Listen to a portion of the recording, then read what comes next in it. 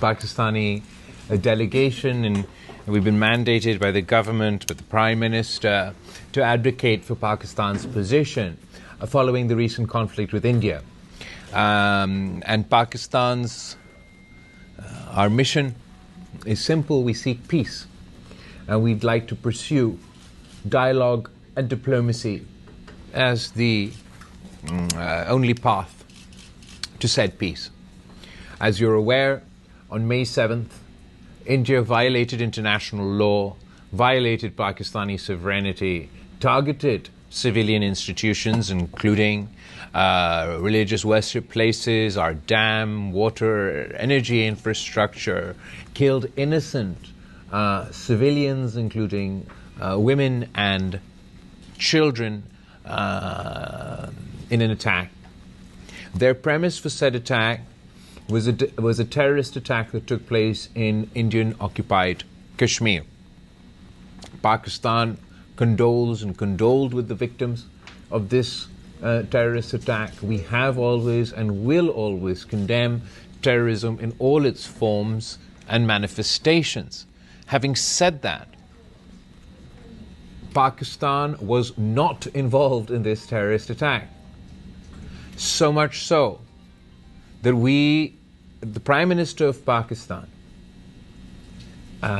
immediately after this attack took place, offered to India that Pakistan was ready and willing to be part of an impartial international inquiry into the incident.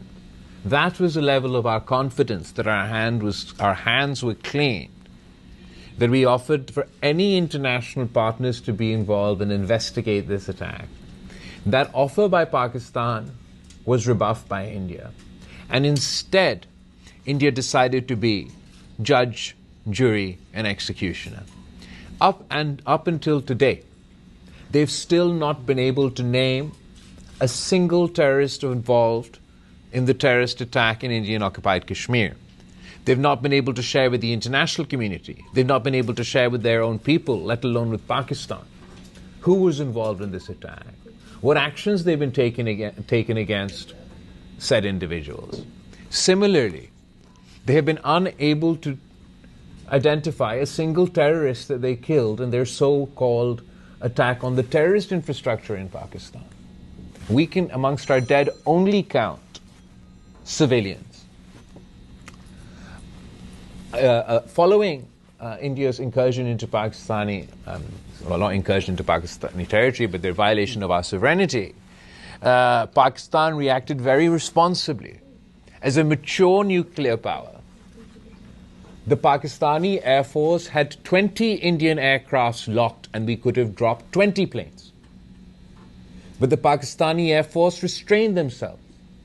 The military high command demonstrated their rationality and only targeted those 6 planes that dropped their load on Pakistan.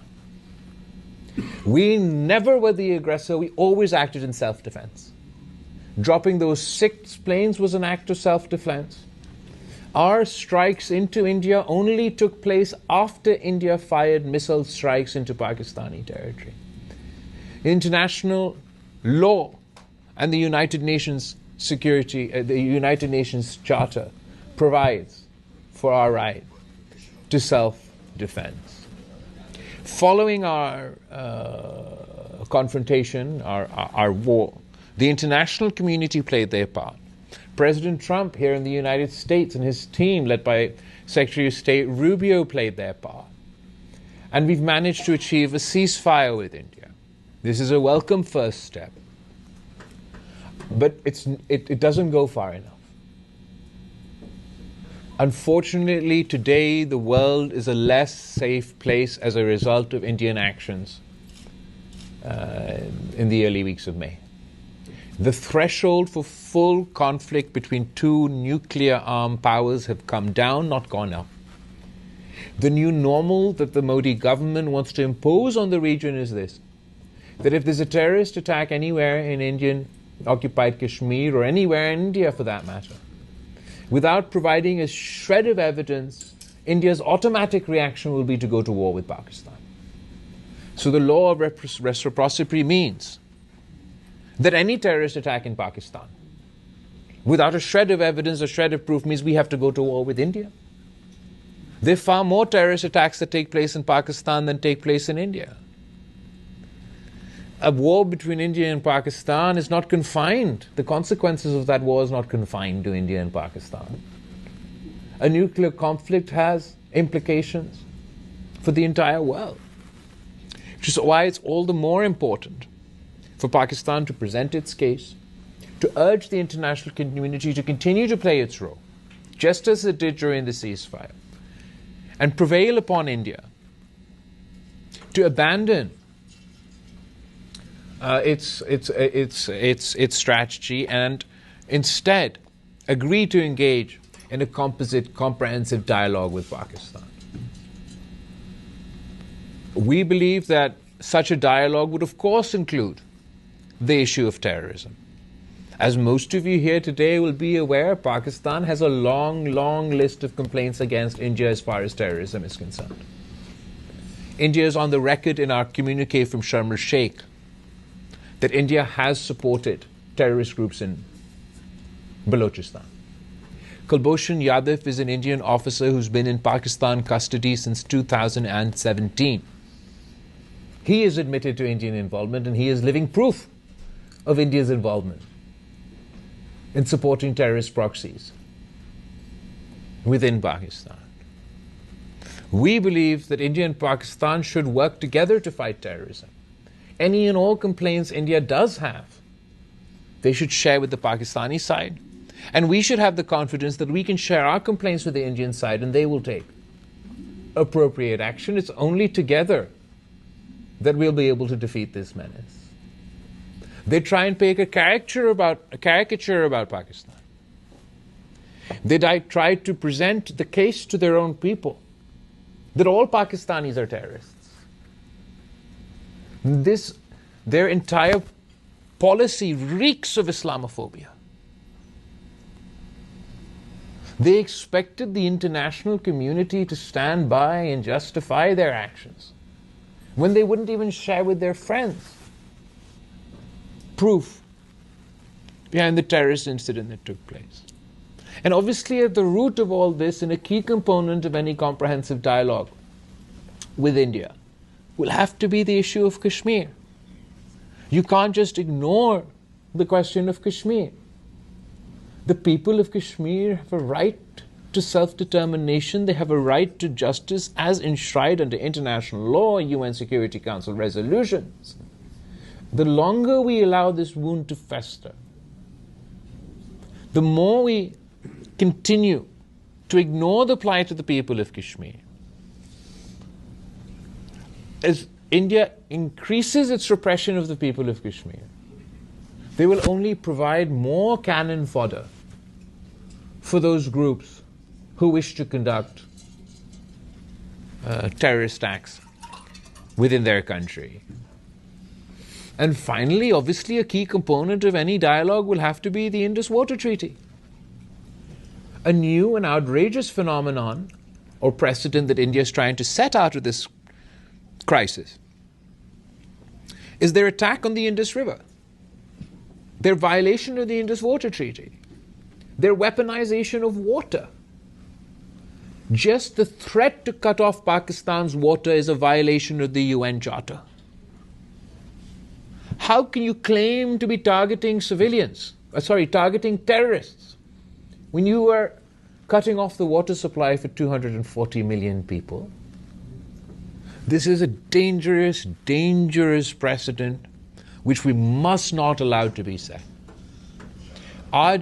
Today, if in the Pakistan-India context this is allowed, then there are lower riparians all across the world. And tomorrow, such a strategy will be used against them. If we want a composite or any form of dialogue to succeed with India, then it's all the more important that they reverse this stance. Because if we are to have a new dialogue, if we are to forge new treaties, then surely the old treaties must be abided by. Otherwise, the new treaties, the new agreements won't be worth the paper that they are written on. Pakistan is the party that seeks dialogue and diplomacy in pursuit of peace. It is India that is refusing to reciprocate. It is refusing to have a dialogue. And therefore, this delegation will, from tomorrow, be in D.C. In Washington, D.C., we'll be engaging with various offices and the Parliament and different institutions over there to convey this point of view. And we call upon you to play your role within the American society to convince the people of this country that it's not in their interest to let this status quo continue. India has pitched itself as a net security provider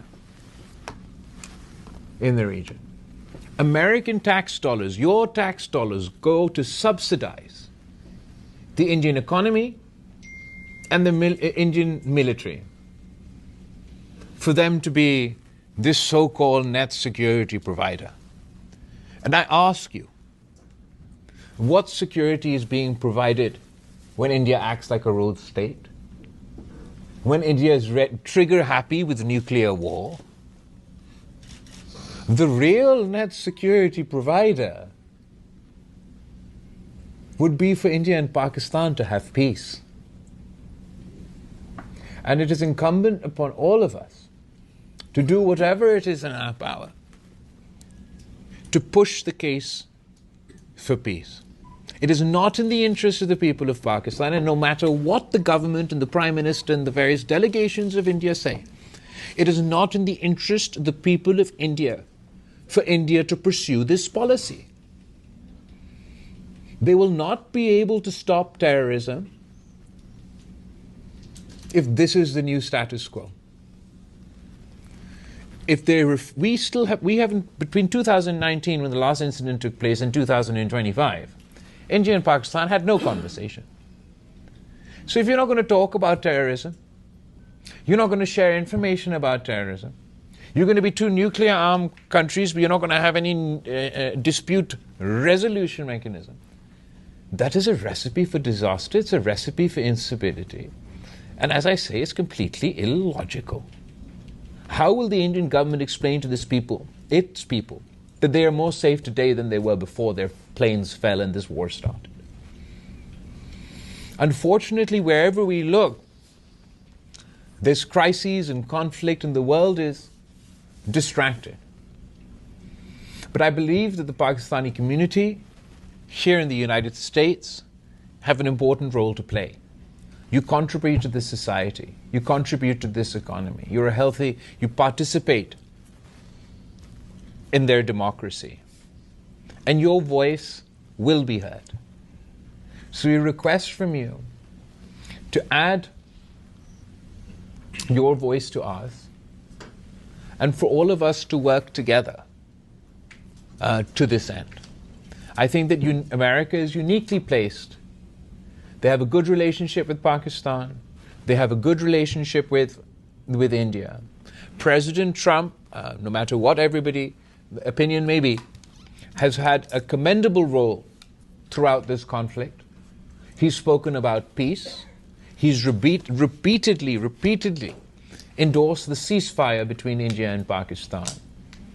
All of Pakistan welcomes the role of President Trump in this crisis, and perhaps President Trump is uniquely placed to play a role to establish permanent peace in South Asia.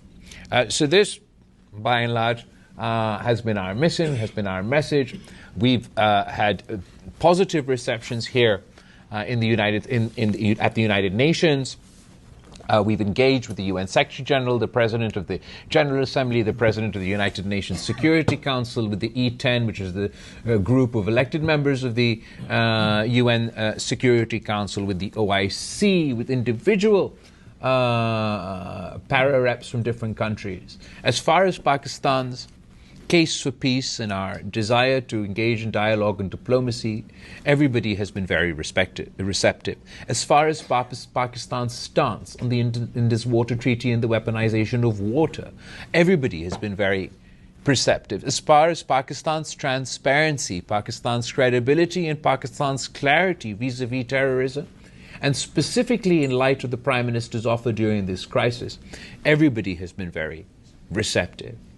And as far as the issue of Kashmir is concerned, everybody knows that's the root cause. We understand it's difficult, but it's a conversation that must be had.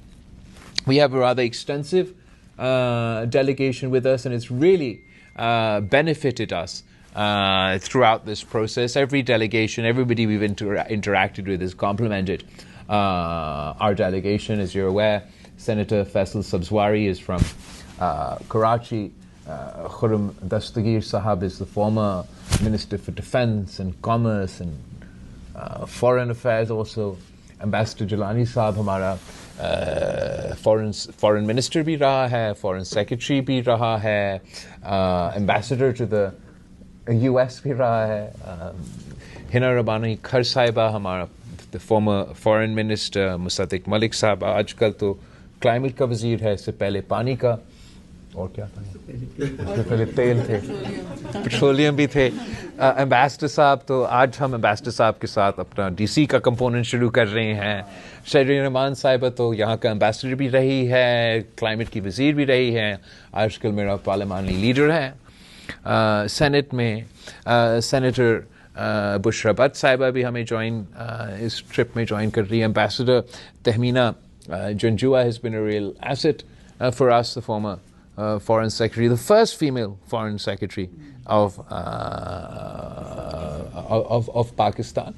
And inshallah ta'ala, jo main capitals hai, we started here in New York, we're going to DC, we'll go to London, we'll go to Europe, we'll go to Paris, we'll go to Brussels, Strasbourg type.